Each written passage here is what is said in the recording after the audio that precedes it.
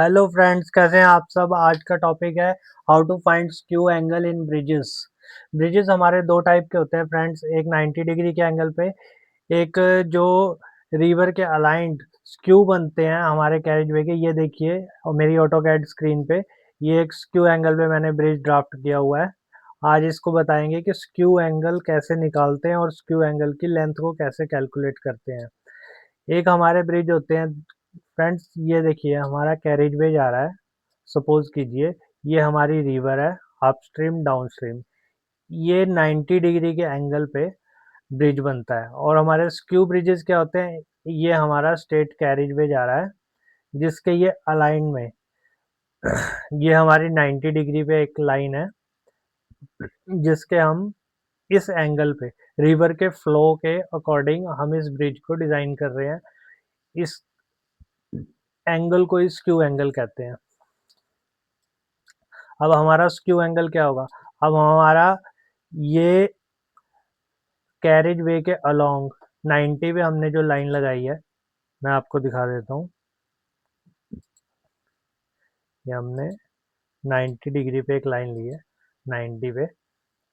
अब इसमें हम स्क्यू एंगल कौन सा होगा हमारा, अब हमारा कैरेज वे पे जो ये लाइन लगाई है हमने, इससे जो हमारा रिवर के अलोंग हमने पियर कास्ट किए हैं और अबटमेंट कास्ट किए हैं, इनके बीच के एंगल को हम स्क्यू एंगल कहते हैं। ये हमारा 40 डिग्री का 49 डिग्री का स्क्यू एंगल है।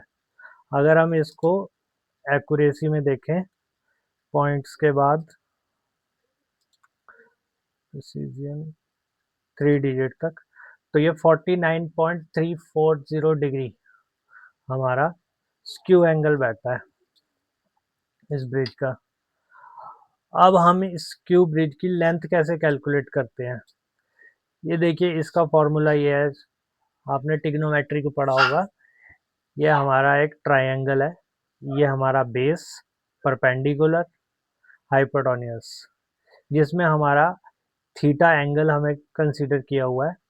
अब हमारे को अगर स्क्यू लेंथ निकालनी है,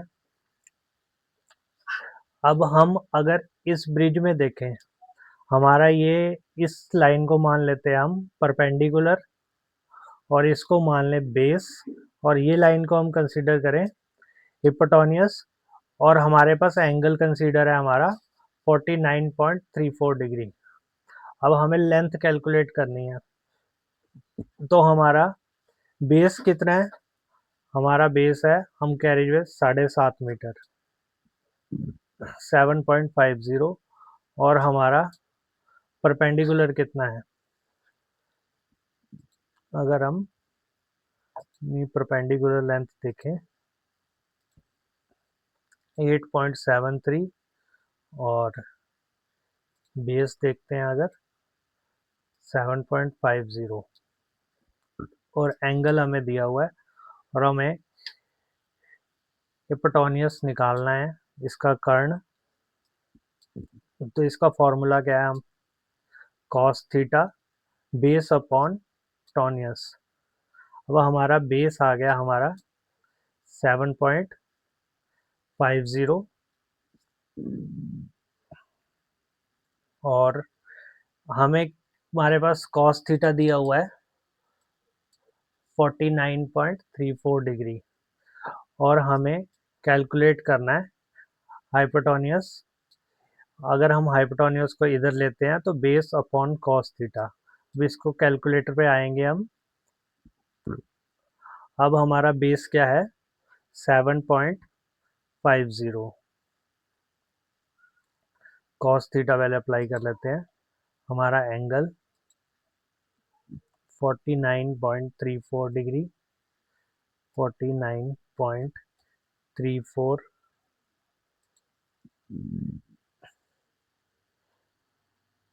डिवाइड बाय, और हमारा बेस क्या है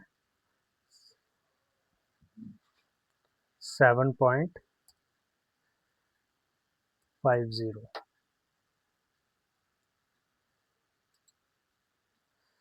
तो ये हमारी स्क्यू डायमेंशन आ गई टॉनियस की 11.5 510। अब इसको हम डायमेंशन की मदद से चेक कर लेते हैं।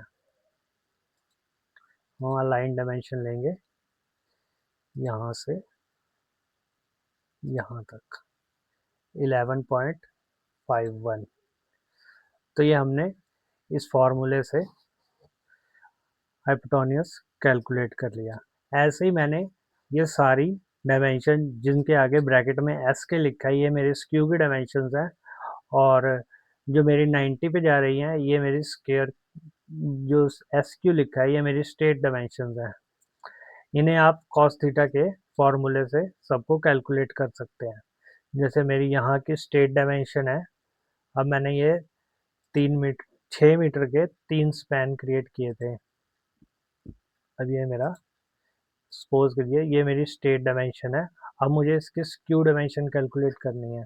तो स्क्यू डायमेंशन कैलकुलेट करने के लिए एक बार मैं यहाँ से कॉस थीटा के फॉर्मूले पे जाऊँगा, और हमारा एंगल 49.34 डिग्री, और हम बेस किसको कंसीडर कर रहे हैं, स्ट्रेट डायमेंशन 6